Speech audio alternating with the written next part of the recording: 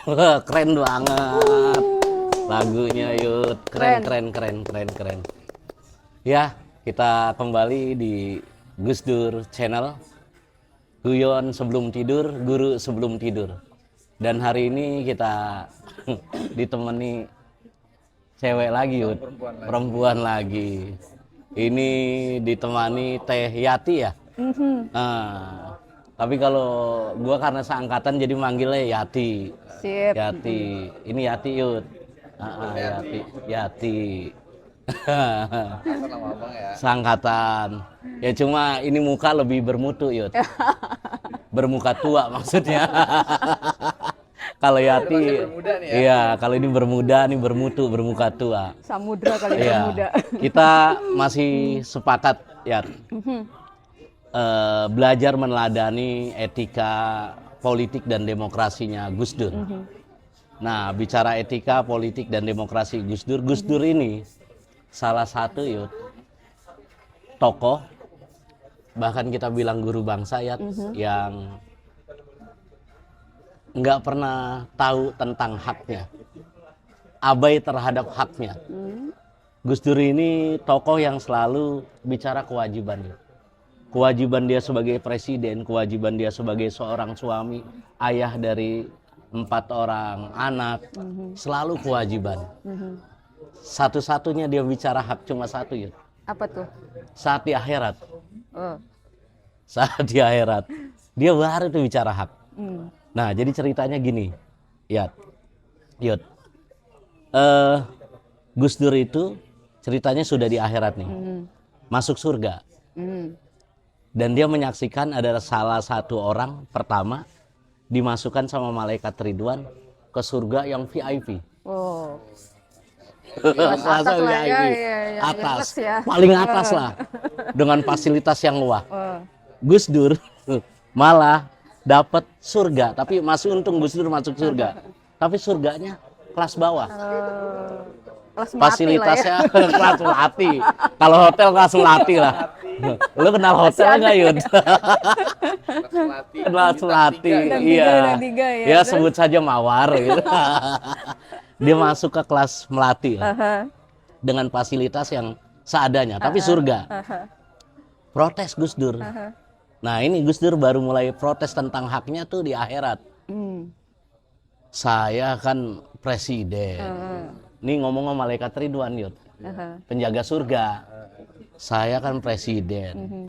Plus kiai juga. Nah itu siapa? Oh, Kok bisa di kelas atas di atas saya? Kata malaikat Ridwan, dia itu supir bis. Loh, kok bisa? Apalagi sekedar cuma supir bis. Kok bisa gitu? Kata malaikat Ridwan, Anda Gus sebagai kiai waktu ceramah tausiah bikin orang pada tidur. Ngantuk. Ya, iya. Ngantuk. Bener juga. Iya kan? Ngantuk. Dan saat Anda jadi presiden sebagai pimpinan, Anda bertanggung jawab atas kemakmuran dan kesejahteraan seluruh rakyat Indonesia. Mandatnya tuh masih banyak yang belum terpenuhi hak itu. Jadi wajar kalau Gus Dur surganya kelas melati. Bintang tiga. Lah itu supir kondektur kenapa bisa di kelas atas?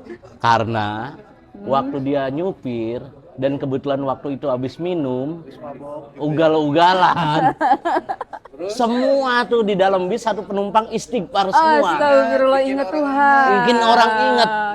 Bikin orang ingat. Iya. Jadi loh kok itu supir kondektur?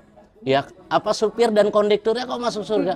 Karena dia membuat orang ingat Tuhan. Bener, Masya Allah, bener, subhanallah. Ingat Tuhan dan tekanan. Dan tanpa tujuan apapun. Gitu ya. Nah, ini bicara hak dan kewajiban. Gue sendiri ya sebagai rakyat biasa. Selama ini jujur aja, gue baru tahu jalanin kewajiban. Hak gue nggak pernah. Gue selama ini ngerasa nggak dapat hak lah sebagai warga negara. Gitu. Bahkan ketika gue ya pernah bawa motor, pajaknya mati. Di stop di depan Nakal polsek ya, sini. Iya. Stop. Terus Gua bilang, lah apa urusan Anda nyetop saya? Itu pajak mati. Pajak tuh bukan urusan Anda. Lah gua soal kewajiban, sholat aja yang jelas kewajiban sholat gratis dan berpahala gua jarang. Apalagi kewajiban pajak yang perlu bayar. Iya, iya. Ya selama ini gua taunya kewajiban ya. Salat aja yang wajib. Wajib berpahala gua jarang ya. Iya. Apalagi bayar pajak. Kewajiban pajak berbayar. Udah gitu kita ngeluarin uang lagi. Nah itu makanya wajar, udah kata polisi udah gue pusing jalan gitu. Lolos. Nah ngomong-ngomong nih ya, lagu lu yang tadi Yud, ada yang lebih berbahaya ya judulnya. Itu di lirik pertama apa itu? Ada yang lebih berbahaya saat Tak malu ketika salah, ada yang lebih berbahaya, itulah aku ketika benar. Duh, oh relate banget ya sama kondisi hari ini. Sebut nama nggak tuh Yoda? Enggak, maksudnya relate banget gimana? kalau boleh Itu kan apa tuh? itu kan saat tak malu ketika salah. Ada emang hari ini yang Wah, salah kayaknya terus sih nggak itu malu. lagi rame banget ya Hah? di media, di publik. Presiden kita hari ini kan, aduh, ngeri kali kan. Iya, iya, Konstitusi iya. dilabrak, hukum dilabrak, anak bisa jadi cawapres, bisa jadi pimpinan parpol, semua bisa naik. Loh, emang itu dengan salah, ya? cepat. Oh, kan kita negara demokrasi, negara hukum. Apakah itu semua dilakukan dengan prinsip-prinsip demokrasi dan hukum? Makanya kok Iya, lagunya Yuda mengingatkan saya pada banyak perbincangan publik, kritik publik, masukan publik, bagaimana negara demokrasi, hak asasi manusia di negara ini saat ini, yang kalau mau pakai subjeknya siapa ya, kalau pakai kisah Gus Dur tadi ya, ya presiden lah yang punya kewajiban untuk bisa memastikan semua instrumen demokrasi, hukum dan HAM itu bisa dipenuhi. Kalau cipta Gus Dur kan gitu Iya, kan. iya, Nah, iya, iya. presiden Berarti- kita hari berarti ini kayaknya agak-agak lain gitu ya. Meneladani etika politik dan demokrasi Gus Dur itu susah ya. Masyarakat biasa susah. Nah hari ini pemimpin aja susah nerapin itu. Susah. Dan memang kayaknya menurut saya situasi politik hari ini khususnya terkait demokrasi, hak asasi manusia, itu bikin kita semua jadi ingat lagi ya kepada teladan kita tadi, guru Iya, kita iya, Gus iya. Dur. Gus Dur itu salah satu pemimpin besar yang menumbuhkan, menjaga, menghidupkan nilai-nilai demokrasi, hak asasi manusia. Padahal kepemimpinannya itu kan nggak lama ya. Iya, iya, Cuma iya, iya. bahkan satu periode aja nggak selesai Iya, gitu. karena kan tahu sendiri Iya, iya. Gus Dur kan waktu itu iya, dan- nggak pernah bisa kompromi Itu sama yang penjahat benar, yang paling HAM. kita ingat kan dua tuh. Gus Dur bilang misalkan yang paling utama dari politik adalah kemanusiaan. Oh iya, Terus tidak iya. ada kekuasaan yang harus dipertahankan dengan mati-matian Iya, gitu. iya, Nah ini kan iya, semua iya. sekarang bertolak belakang. Iya, Presiden iya, iya, kita, politisi kita, elit politik kita hari ini semua mempertahankan mati-matian untuk kekuasaan. Kemudian demokrasi hari ini hanya dilihat sebagai pemilu untuk mendapatkan suara, untuk mendapatkan kemenangan dalam elektoral. Nah Gus Dur kan kayaknya nggak gitu ya ngajarinnya ya. Gus Dur Lu itu, paham banget Gus Dur ya. Kenal Gus Dur tuh di Kontras apa di mana sih ya? jadi sebenarnya saya pernah kena racun dari saudara saya ini. Racun ke PMI. Iya. Walaupun ya nggak lama-lama banget gitu Iya, ya, iya. tapi tetaplah saya masih ingat juga sempat ketemu Gus Dur zaman Mapaba ya Iya, namanya. iya. ya. Beliau ngisi kita langsung. Iya benar, beliau di kursi begini nih tampilannya, terus kita di bawah gitu kan. Iya, di ya. bawah. Tapi itu kayak lebih ke perkenalan fisik kali Iya, ya. Kalau yang iya, lebih iya. substantif justru ketika saya udah di Kontras ya. Kontras. Lu di Kontras tahun berapa sih ya? 18 tahun dari sejak mahasiswa Cun. Iya. Iya, nah di Kontras itu malah kayak lebih deket sama nilai-nilai demokrasi HAM yang Gus Dur perjuangin. Misalkan untuk salah satu kasus yang kita dampingi di Kontras, kasus pelanggaran HAM berat Tanjung Priuk. Waktu kita terbatas nggak bisa bahas itu. Nah bagaimana kasus Tanjung Priuk bisa disidangkan melalui pengadilan HAM ad hoc itu karena keberanian Gus Dur mengeluarkan Kepres Iya. nomor 53 tahun 2001 kalau nggak salah tentang pembentukan pengadilan HAM ad hoc untuk kasus pelanggaran HAM berat Timur Timur, sekarang Timur Leste dan Tanjung Priuk. Dan cuma Gus Dur ya, Cuma yang di Gus periode Dur. presiden nggak ada satupun Kabinetnya yang diduga terduga pelanggar HAM dan hanya Gus Dur yang berani secara terbuka menonaktifkan saya sebut aja ya laporannya Mbak Wiranto, petinggi militer pada saat itu, karena saat itu Gus Dur lagi dinas di luar negeri. Ngerokok Yud, ini agak ngeri-ngeri soalnya, biar santai. Udah ke bawah tegang. Iya, ya rokok lintingan, belum ada Tapi sponsor. ya ini kan di tengah ketakutan orang untuk kritis, untuk memberikan kritik. Kayaknya kita forum ini penting lah, kita sebut aja nama-nama itu ya, gitu. Dan Gus Dur kan udah kasih contoh. Gus Dur langsung sebut, oke, kalau begitu karena ada laporan dari Komnas HAM, KPP Tanjung Priuk, ada nama Wiranto disebut, maka kita akan memberhentikan Wiranto. Itu di forum luar negeri dengan jurnalis luar negeri. Gus Dur berani mengambil langkah itu, dan itu masih awal-awal reformasi, itu bukan tanpa resiko gitu. Nah yang sekarang jangankan membentuk Kepres pengadilan HAM, jangankan membuat pengadilan HAM ad hoc, malah ditarik ya, malah dikasih penghargaan. Jadi dulu Gus Dur penjahat HAM itu dinonaktifkan, dijauhkan, dikembalikan ke barak. Betul. Hari ini ya Dwi Fungsi ABRI, dulu Dwi Fungsi ABRI namanya ya, zaman itu Dwi Fungsi TNI, ada cenderung kembali lagi nih trennya gitu. Yang dulu udah dimasukin ke barak, sekarang mau ditarik lagi ke ranah-ranah sipil. Yang dulu diberhentikan, sekarang malah diberi penghargaan gitu. Jadi maksud saya bukan cuma Gus Dur sebagai person atau presiden yang kita hormati, tapi itu kan semua adalah mandat bangsa yang tadi Pak Cun bilang, mandat bangsa, kewajiban negara untuk mengorganisasi semua. Jadi wajar lah kalau nanti presiden di surga itu hotelnya bintang 3. Masih untung loh, itu Gus Dur loh. Iya. Itu Gus Dur presidennya, makanya dapat level surga kabinetnya terbawah. Yang kabinetnya nggak ada pelanggar HAM. Yang nggak kasih penghargaan. Nggak ada kasih penghargaan buat penjahat HAM. Gimana ya? Itu Gus Dur. Tapi itu wewenang. Oh itu kan otoritas Tuhan itu. Allah punya kuasa. Iya.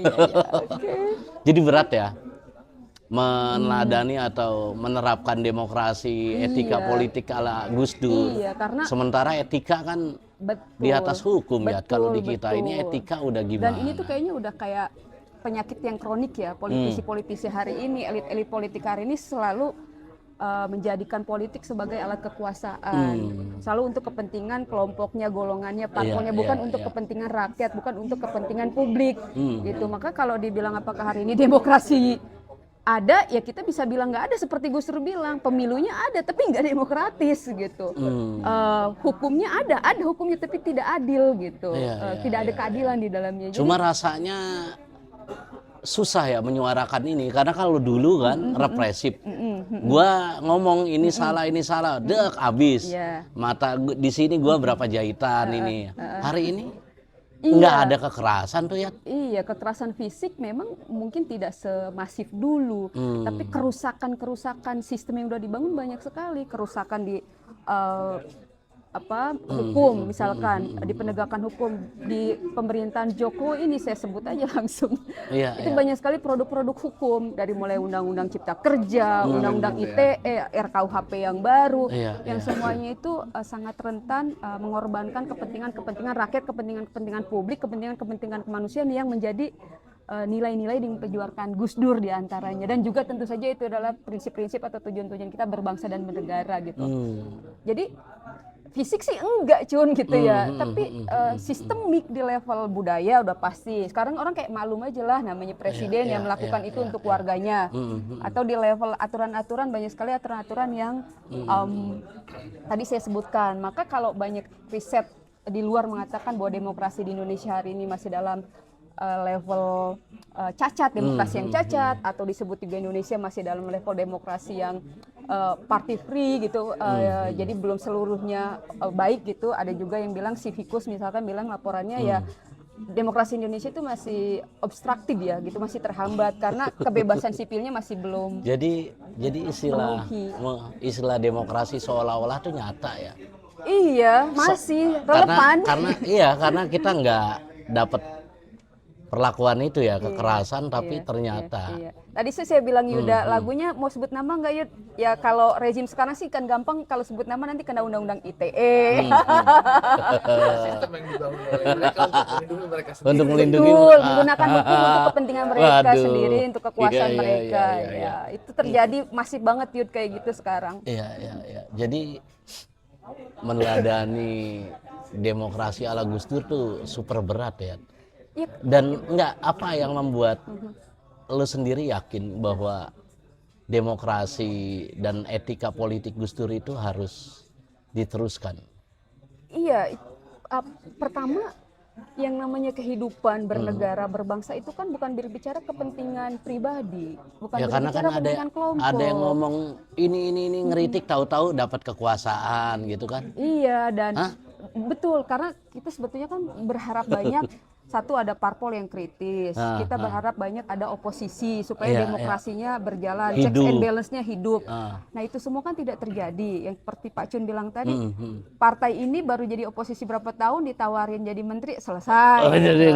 Atau ormas yang ini, ormas yang satu ini yang dulunya sangat kritis terhadap pemerintah, ketika Dapat kompensasi. Jokowi menjabat, dirangkul, diberikan udah banyak kompensasi, hilang daya kritisnya. Atau ketika ngelawan tiba-tiba besok pada datang KPK. Betul, iya, itulah kira-kira situasi kita hari ini. Ngeri gitu ya, Sandra menyandranya ngeri ya. Betul. Itu yang kemudian disebut demokrasi seolah-olah ya. Betul, dan tadi yang disebut Yuda, hukum digunakan untuk kepentingan kekuasaan, bukan untuk melindungi. keadilan. Atau hukum jadi alat ya. Betul, untuk menakuti. Persis itu yang terjadi hari ini. Iya.